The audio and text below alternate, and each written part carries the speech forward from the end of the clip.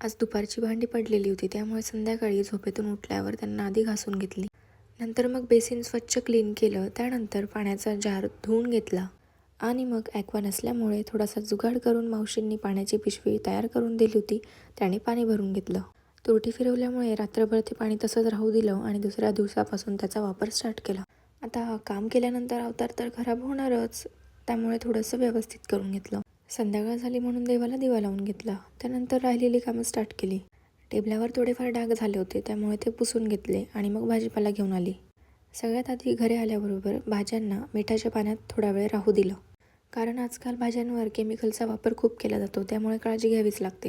तोपर्यंत मी भांडे रचून घेतले. साधी खिचडी करायची होती, त्यामुळे कुकर वरतीच राहू दिला.